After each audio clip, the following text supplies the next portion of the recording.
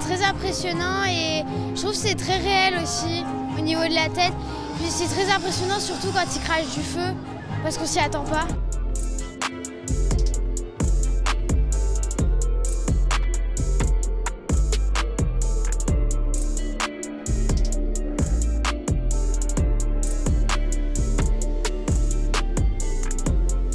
C'est vraiment très impressionnant, voilà, on sent qu'il y a des heures de travail derrière, qu'il y a des détails, enfin tous les détails sont impressionnants, voilà, tout est articulé, enfin, voilà, il crache du feu, il y a de l'eau qui tombe de la bouche, enfin c'est vraiment impressionnant, on l'a vu de très très près.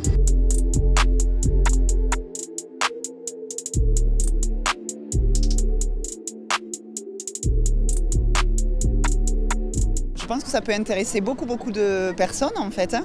Ceux qui s'intéressent à la féerie, donc les enfants, mais après d'un point de vue technique, d'un point de vue de l'organisation, il y a beaucoup de choses intéressantes.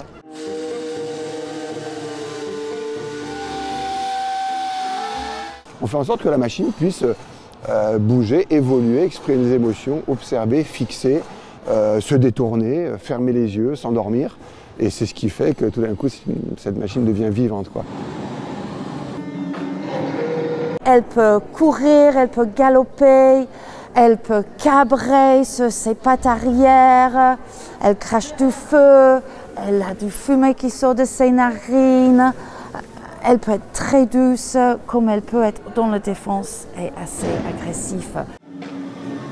Ces machines dans la rue, dans l'espace public, nous renvoient à notre enfance.